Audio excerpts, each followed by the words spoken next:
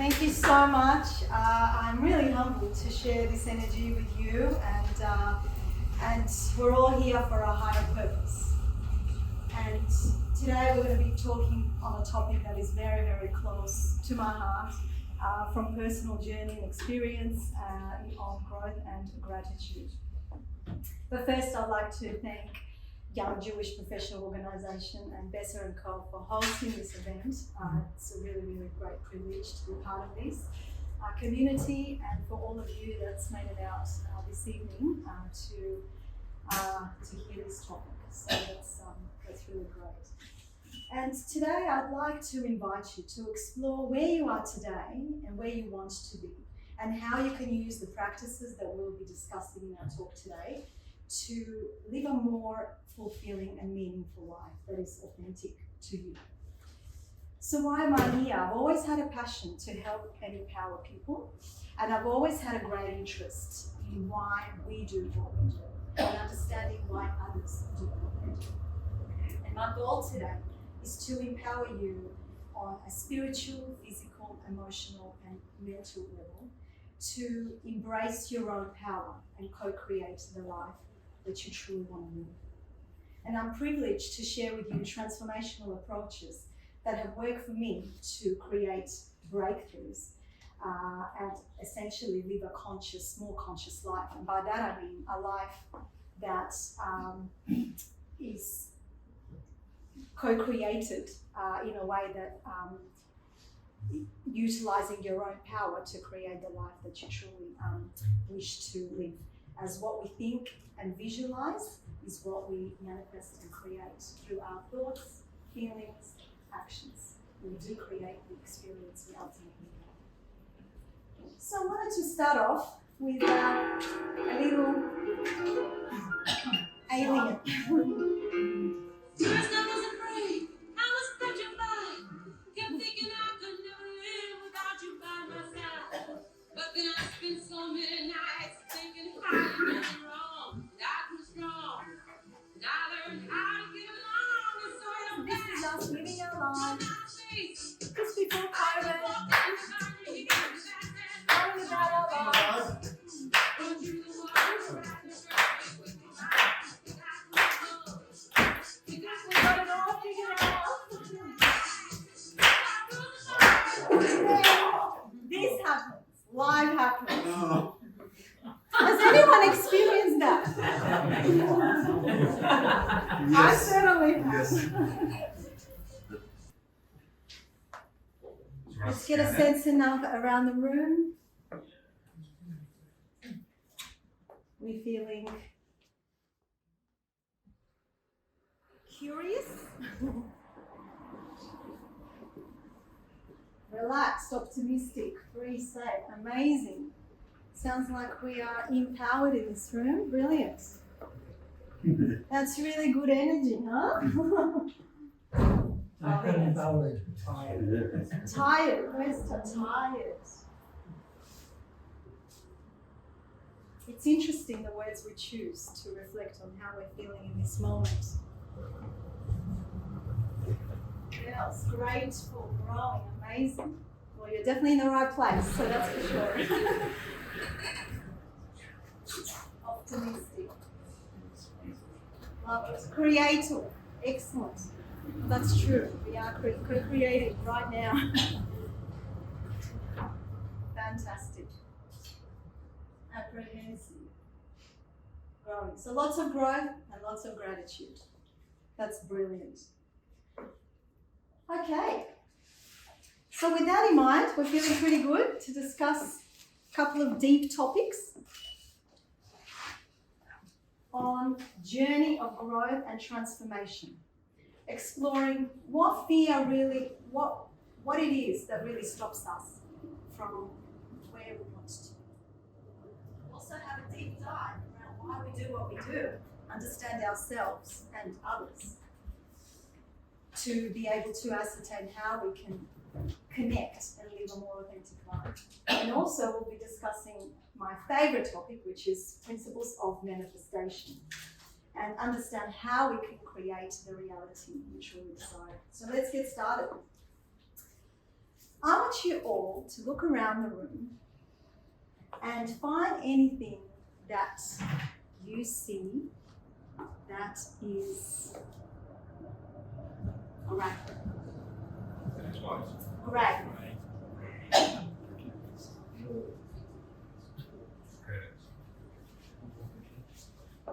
Okay, good, good. Here. Look in front of you, behind you, all around. Okay, enough time? Now let's close your eyes and put your hand up if you saw anything that was red.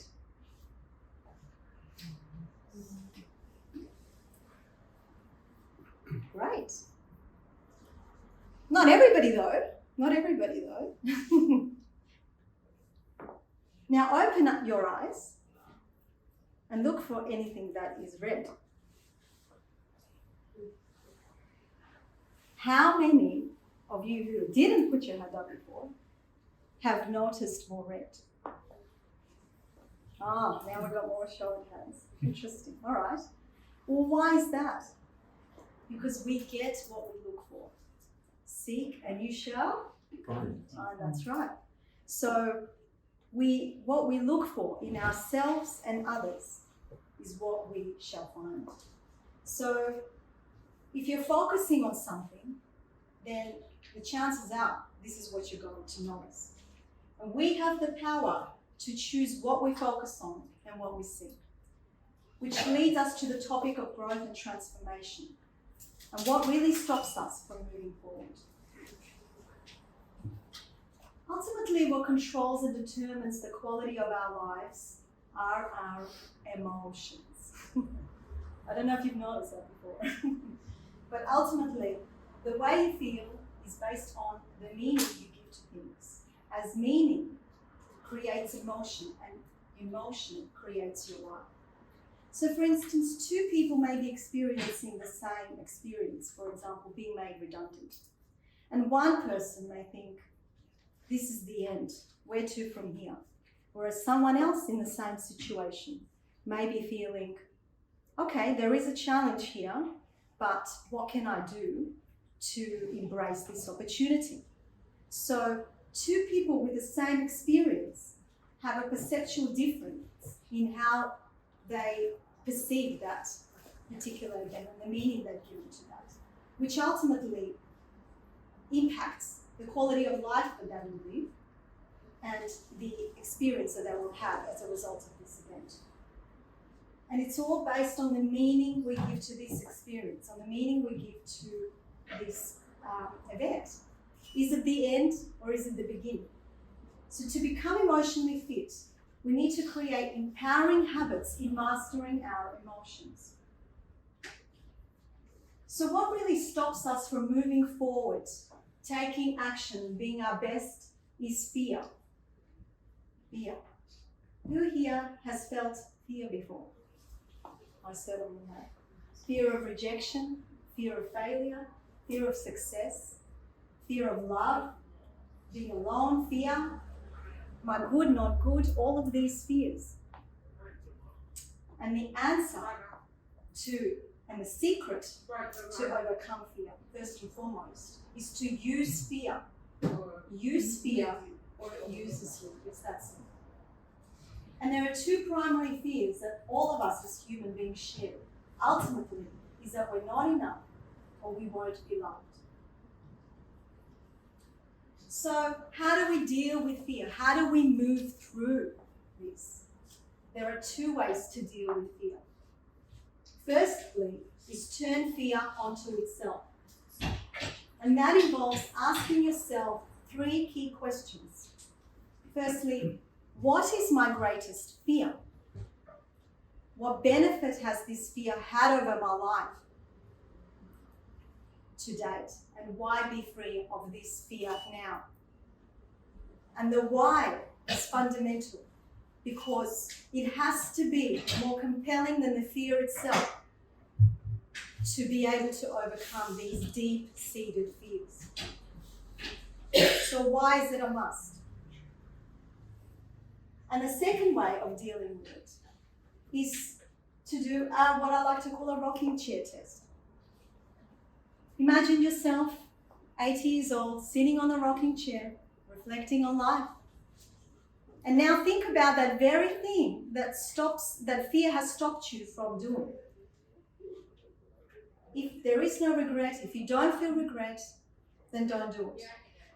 But if there's something that you feel that you wish you would do, and you have regrets, and you feel you're not growing as a result of this, you feel blocked and stopped to move forward, then I suggest it's a good reason to consider your why and move through with that why and pursue and break through that habit. And ultimately, the difference between having fear and having faith is in one word, and that's imagination.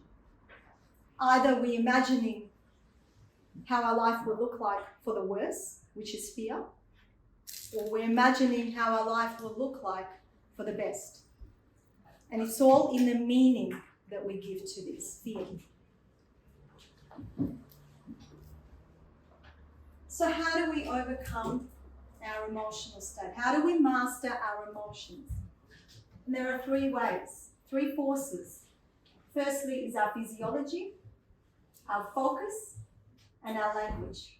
These are the three forces that can change our state in an instant. And it starts with our physiology, moving. You notice that when you go to exercise, go for a walk, go to the gym, what you have focused on before that movement instantly changes just simply by moving your body. Emotion is created by motion. So the way you feel and you move determines the way that you feel. Think about the difference between when you felt confident or felt upset or stressed. How was your body posture?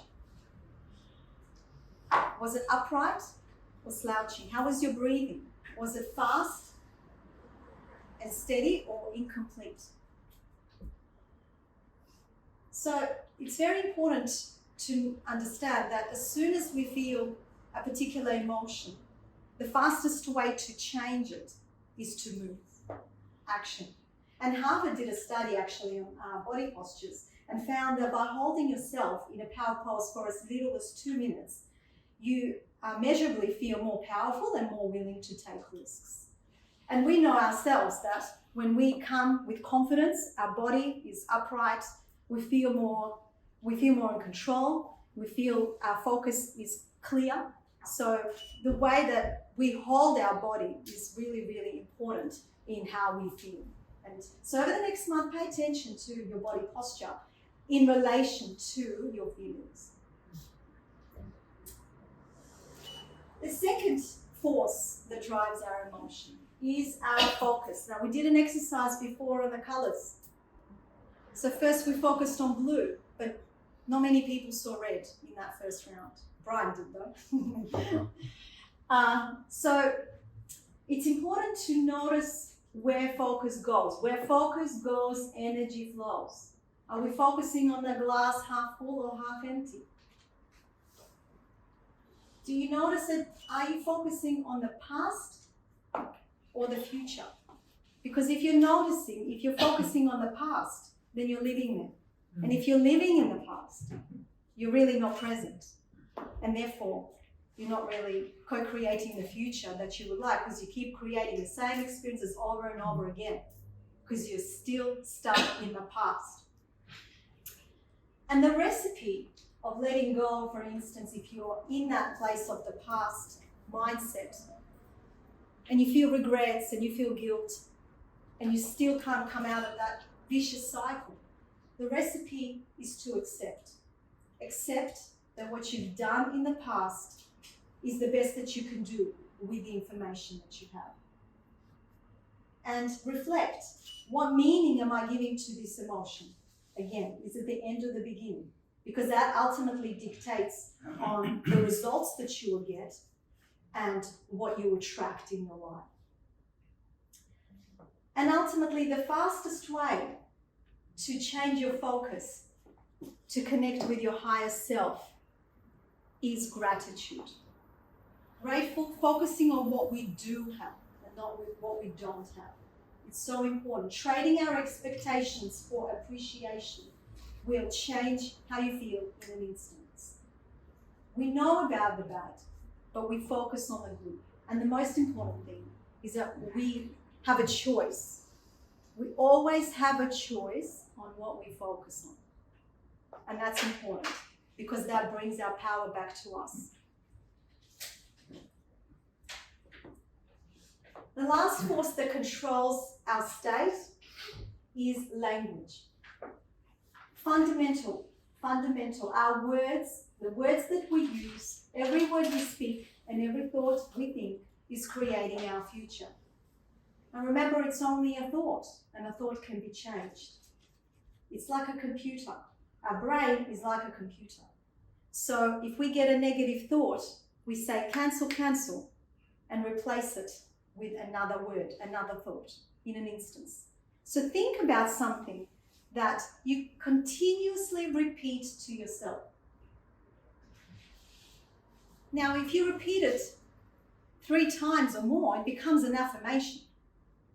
And what happens? Affirmations, good or bad, we'll talk about our subconscious mind soon, but that's what we create. So pay attention to what you're saying to yourself repeatedly, self-talk, because that goes into your emotional gut, which ultimately creates the experiences that we have in our life, that we attract. And it all starts from the way we talk to ourselves. And of course then, that's how we talk to others. So now we're coming into a second part on our agenda, and that is to discuss why we do what we do.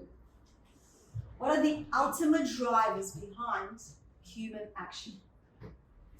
And the good part is that there are only 6 reasons for our drivers.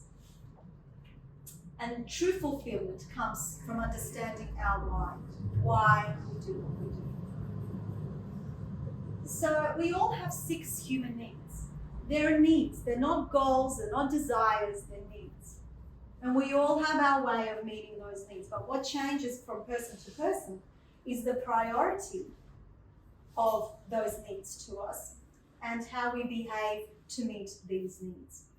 By understanding what your number 1 human need is and how that shapes your behavior, you can learn to create new patterns that lead you to a fulfilling life, essentially. So, also by understanding these values in relation to your relationships, what does the other person, whether it's at work or family or relationship, what are their values? What's their priority? Because that way you can understand how to best meet their needs and how you can align authentically together. So everybody has a way of meeting the first 4 needs because they are the needs of the personality of the ego. However, the last 2 needs of growth and contribution is where you will really find true fulfillment. They are the needs of the spirit. So let's deep dive into the 6 human needs.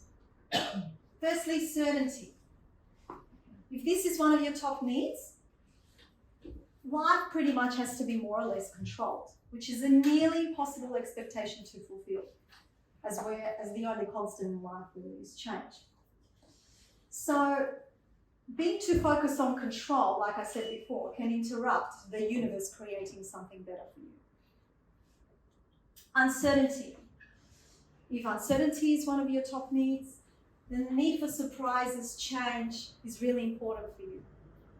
Who here likes surprises? But are there surprises that you like?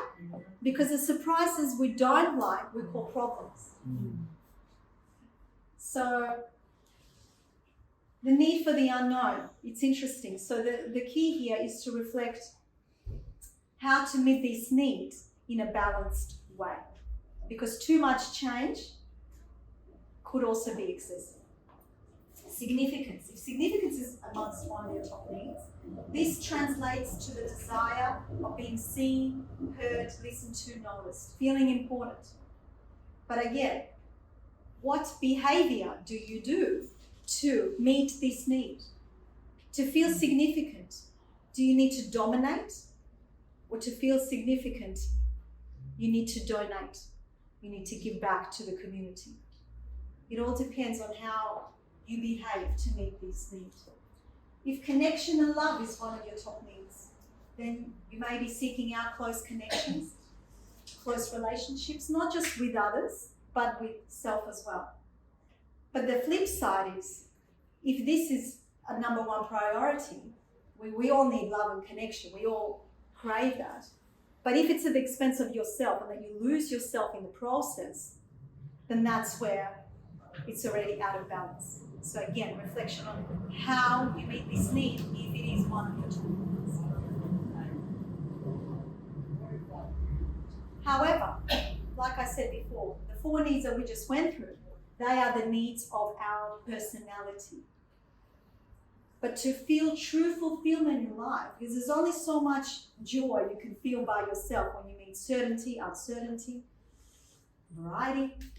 But it's only when you grow and give that you feel truly fulfilled in life, that you feel a sense of purpose, a sense of contribution, that you really have a sense of meaning in your life.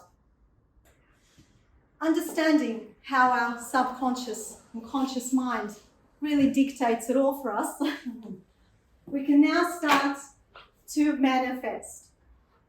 Understanding your system of beliefs, though, is pivotal to creating long-lasting change. So, how you feel about the universe is important. Is the universe an abundant place, or is it just abundant for other people? Because the universe only gives us what we think we deserve and we're worthy of. How do you feel about yourself?